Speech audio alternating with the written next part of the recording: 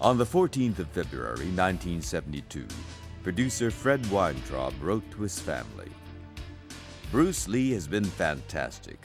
He is the hardest worker, always on time, no problems, a real Dr. Jekyll and Mr. Hyde. I've become a mean son of a bitch. At first I leaned over backwards to get things done the Chinese way. Now I find by yelling and screaming it works a little better. That bullshit about the Chinese way has seen its last day. Part of my enthusiasm is coming from the great competition among the martial artists, everyone trying to outdo the other. I must admit Bruce is far superior to any of them. Today an extra challenged him just like the Old West, and he literally wiped the floor with him." He was being challenged all the time. And they would go ahead and the Chinese men would walk up to Bruce and they would tap 3 times with their foot and cross their arms.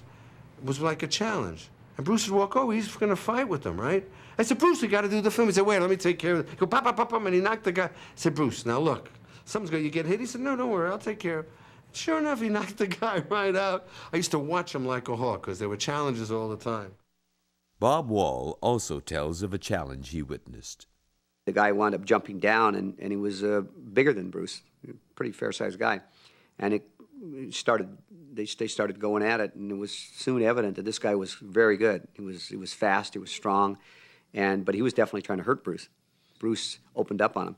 And I mean, he kicked the hell out of this guy. He beat him up real good. He ran him into the base of the wall that he jumped off of, and arm locked him and knee trapped him, and proceeded to bloody his face up, pretty thoroughly. He made sure that the guy understood who was boss.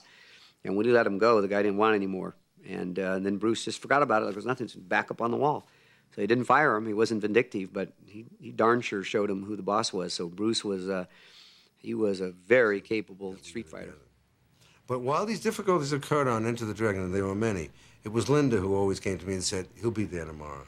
It was always Linda who came to me and said, he's just take it easy, he'll be here in a day. There was a time when I was almost going to leave Hong Kong, when the picture I thought was never going to go forward. And I was going to leave that night, and Linda called me and said, "Fred, it'll be all right." Linda was just fabulous. She had such a calming influence on Bruce, and was able to, keep him comfortable about his work. Because Bruce was a perfectionist. He wanted everything perfect. And so I would say that Bruce Freddie had a problem and Linda trusting a lot of people, but one person he really trusted was Linda.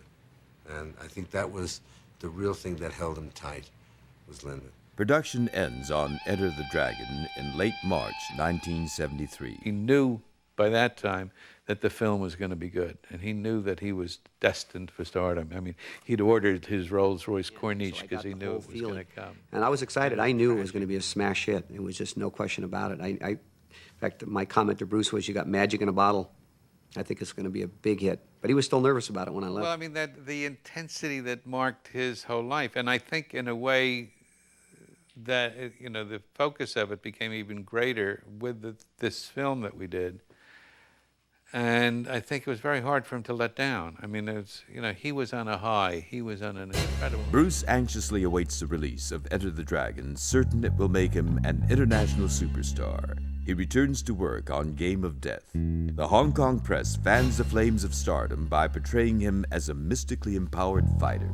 Many would-be masters challenge Lee through the media and even on the street. The Hong Kong film industry offers movie contracts to anyone who can defeat Bruce Lee. On the street, it was like a shootout in the OK Corral. I mean, guys would come and they'd challenge him on the street. There was a thing where, they stand there and they tap their foot and he's got to take up the challenge. And Bruce would mostly, because he knew he was better than they were, would ignore it, walk away from it. Sometimes he couldn't, and these guys would get hurt. I mean, these were fierce encounters. And Bruce was, I think, the best of all of them. I mean, realistically, he was incredibly fast. He had, timing reflexes that I defy anybody to this day to match. But Bruce related to me how one time one fellow got over that wall, got into his yard and challenged him. He says, "How good are you?" And Bruce was popping mad, he said. And just the idea of this guy would come and invade my home, my own private home, invade and challenge me. And he said he got so mad, and he gave that guy the hardest kick he ever gave anyone in his life. He get it. And he became like the old Western gunfighter who was the fastest draw alive, that everybody was now looking at him like, can I beat him? May 10, 1973, Lee collapses and is rushed to the hospital. Within hours, he makes an astonishing recovery. Lee had ingested hashish and is warned this could be a severe allergic reaction.